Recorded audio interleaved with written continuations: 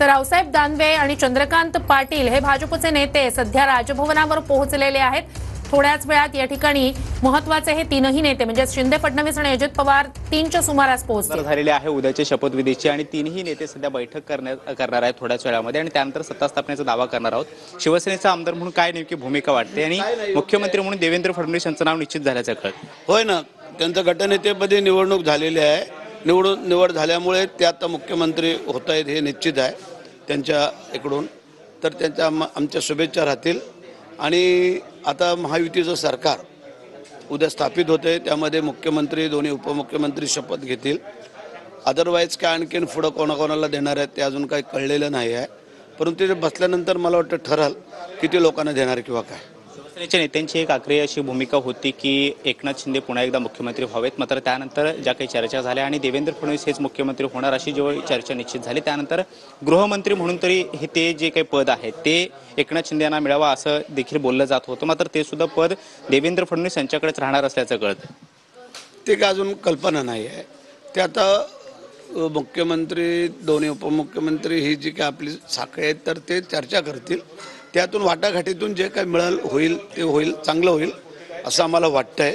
आणि ठीक आहे ना, आता सत्तेत महायुतीमध्ये असल्यामुळे प्रत्येकाला वाटतं की आपापल्या पक्षाच्या हितासाठी याच्यासाठी कुठली पद असावीत काय म्हणून नेते मंडळी ते सांगत असतात, परंतु वाटाघाटीने पूर्ण होईल असं मला वाटतं।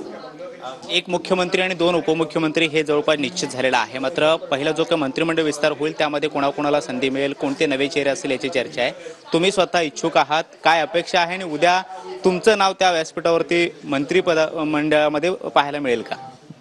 आता तो हा सर्वस्वी अधिकार आम्ही आपल्या मुख्यमंत्र्यांकडं म्हणजे एकनाथ शिंदे साहेबांकडे दिलेला होता, त्यामुळे ते जे काय ठरवतील ते आम्हाला मान्य करावं लागेल। शेवटी पक्ष चालवायचा आहे, जे चालवत असताना त्यांना सर्वस्वी अधिकार दिल्यामुळे साहेब योग्य निर्णय घेतील असं आम्हाला वाटतं। सगळे आमदार आणि जे काही आधीच्या मंत्रिमंडळामध्ये मंत्री होते ते सगळे नेते या ठिकाणी बसल्याचं पाहायला मिळते। अब्दुल सत्तार सुद्धा आपल्यासोबत आहेत, त्यांच्याशी सुद्धा बोलणार आहोत।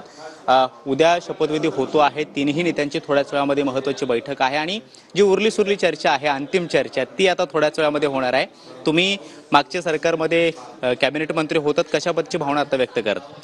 नाही, खरं म्हणजे सर्व ज्या मतदारसंघामध्ये आमचे 61 लोक 57 पक्षवाले आणि 4 अपक्ष मिळून 61 लोक झाले। 61 लोकांनी अधिकार सन्माननीय एकनाथ शिंदे साहेबाला दिला आणि एकनाथ शिंदे साहेब आमचे प्रमुख नेते आहेत, ते जे निर्णय घेतील त्यांना जे काही उचित वाटतं आणि राज्यामध्ये जे सरकारचे समीकरण आहे ते यायला पाहिजे आणि त्यामध्ये सिंहाचा वाटा हा एकनाथ शिंदे साहेबाचा विजयामध्ये होता। लाडकी बहीणसारखी अनेक लोकप्रिय योजना आली, त्याचे परिणाम निश्चित दिसत आहे आणि मला वाटतं की ते अंतिम निर्णय घेतील। एक मुख्यमंत्री आणि दोन उपमुख्यमंत्री हे जवळपास आता निश्चित झालेलं आहे। देवेंद्र फडणवीस पुन्हा एकदा मुख्यमंत्री पदाची शपथ घेणार आहेत आणि एकनाथ शिंदे उपमुख्यमंत्री होणार असं जवळपास स्पष्ट झालेलं आहे।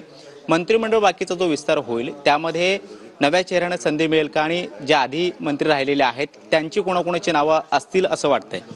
नाही, मला असं वाटतंय की हे तर अंतिम निर्णय सन्माननीय एकनाथ शिंदे साहेबच सांगू शकतात, कोण येणार कोण नाही येणार, नवीनला मिळणार जुन्याला मिळणार का नाही मिळणार, कोण कोणाला मंत्री करणार नाही करणार, याचे समीकरण सन्माननीय जे काही आम्ही सर्वांनी मिळून एक अधिकार एकनाथ शिंदे साहेबाला दिला आणि एकनाथ शिंदे साहेब ते अंतिम करतील।